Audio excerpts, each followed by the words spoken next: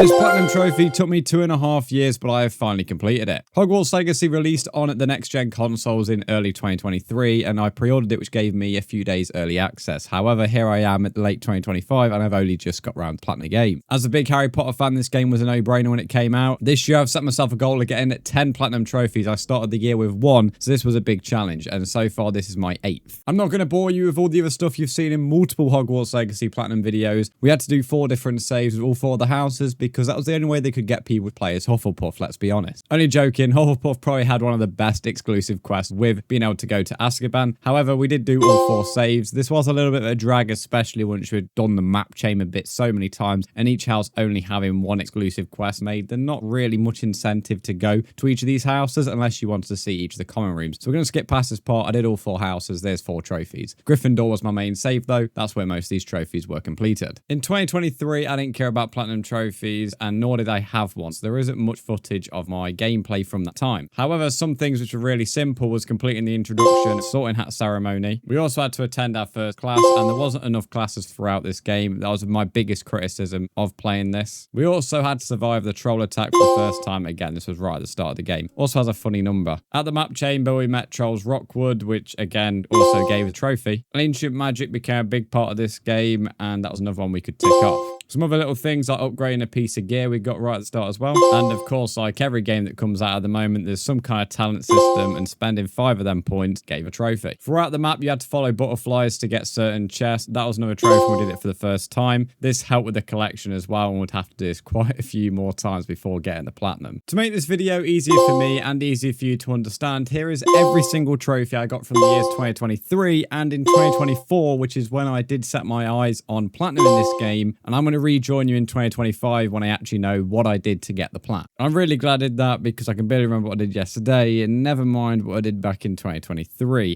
I suffer from short-term memory loss. However, there was one major reason why I stopped doing the plat in 2024, because the last 5 trophies include some of the most grindy, tedious trophies out there. Boring! These are the trophies that most people hate when they're going for the platinum of this game, and wow, they take a lot of time. On the final day to get this platinum trophy, I spent over 8 hours without stopping just to kind of grind this collection, which was one of the trophies. Before we get to that though, there is 2 we can easily tick off, and one of them is reaching level 40. This is the maximum level in the game and also gives you all the talent points you need, which links nicely onto the other trophy of spending all talent points. So I knew 2 of these 5 were going to be pretty simple. One trophy which really shouldn't have took this long was using ancient magic on every enemy in the game. For the longest time, I think I had like 1 or 2 enemies which I hadn't used ancient magic on. So I was just going around using it on anybody I saw and just could not figure out for the life of me who needed this ancient magic. Eventually I did it though, and that was 3 of the 5, but the next 2 were going to be very grindy. The trophy that annoys me the most on this list is having to complete all the Merlin trials, and not necessarily because it's a big grind, but because of how many there are. In my opinion, I know it's very common, the developers should have spent more time on making more lessons. That would be far more enjoyable to anybody who is interested in the Wizarding World, because the amount of these Merlin trials was just totally unnecessary, and for the most part is totally irrelevant to 1, the Wizarding World,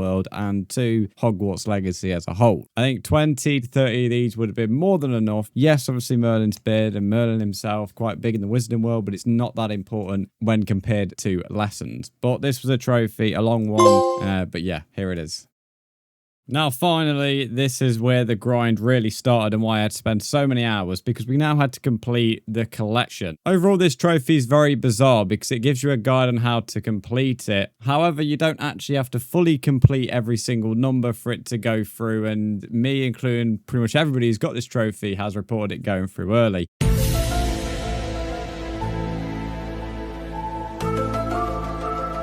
Very bizarre trophy. I mean, I'm thankful it went through a little bit early because, wow, getting to this point was such a huge grind. You pretty much had to get everything in the game, and this is by far what adds the most to the length of this trophy. By the way, both of these were silver trophies. That is absolutely disgraceful. Disgraceful.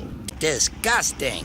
Despicable. However, it was a platinum trophy nonetheless, and as someone who's a big fan of the Wizarding World, it was nice to say I'd finally platinumed this game. I've got 2 more trophies left for the end of the year to get that number 10, and only 2 weeks to do it, so I hope you can join me on my mission to get 10 platinum trophies. Thank you for watching. I hope you have a great Christmas, Merry Christmas, and have a great day.